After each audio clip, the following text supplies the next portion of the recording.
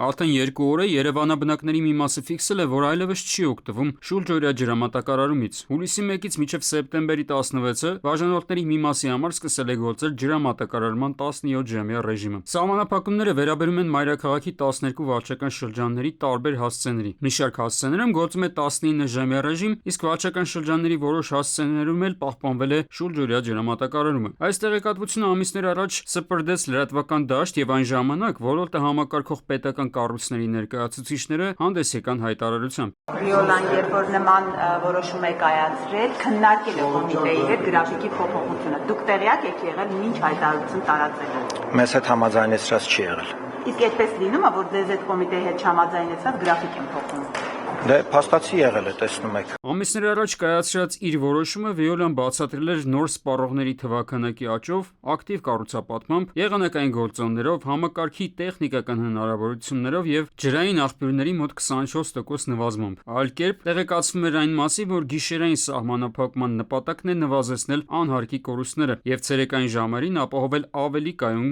ջրամատակարարում։ Մեր խնդիրը Veolia-ի հետ այս պահին այն է, որ այդ ժամանակացույցը մենք կարծում ենք, որ կարելի է լավարկել, ունենալ ջրանջատումների ավելի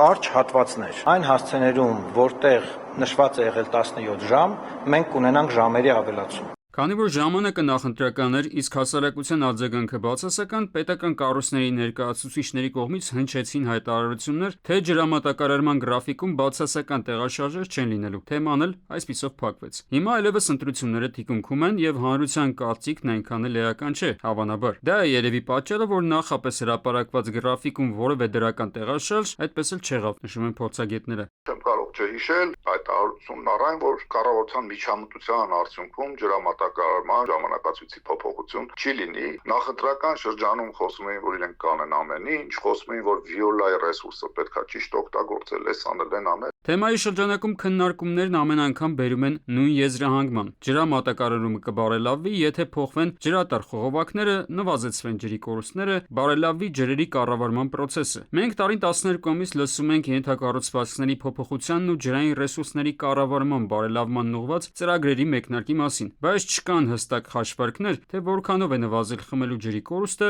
եւ ինչպես է դա անդրադարձել ջրամատակարարման գրաֆիկի վրա, նշում են մասնագետները։ Եվ հարցն այստեղ միայն հարմարավետությունը չէ, երբ հատկապես ամառվա շոգին մարդիկ ավելի շատ ջրի կարիք ունեն։ Խնդիրը նաեւ առողջապահական է։ Ջրամատակարարման ընդհատումից հետո չպետք է մոռանանք, որ մեր ցանցը, այսպես ասած, հին է, խողովակները հին են, անընդհատ ջրային հոսքի ընդհատումը կարող է առաջացնի նաև ռիսկեր արդեն առողջապահական տեսանկյունից։ Մեծ հաշվով Veolia-ի բարձրացրած խնդիրները եւս մնում են անարձագանք։ Խոսքը Երևանում նոր բարձրահարկերի եւ թաղամասերի կառուցման մասին է։ Չկան հաշվարկներ, թե որ աղբյուրներից են դրանց բնակարանները սպասարկելու։ Ոնց են այդ առաքելության տակից դուրս գալու նշված տարածքների ջրատար հնամաշ դառն ապրած խողովակները։